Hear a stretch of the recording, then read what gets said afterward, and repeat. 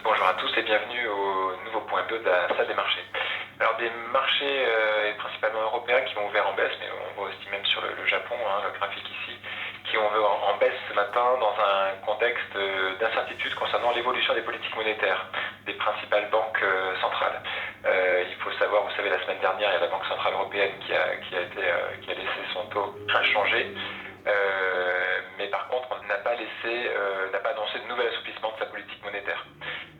Il en est de même de la banque.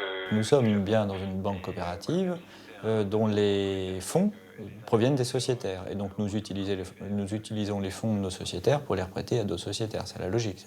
Les déposants permettent de financer les emprunteurs.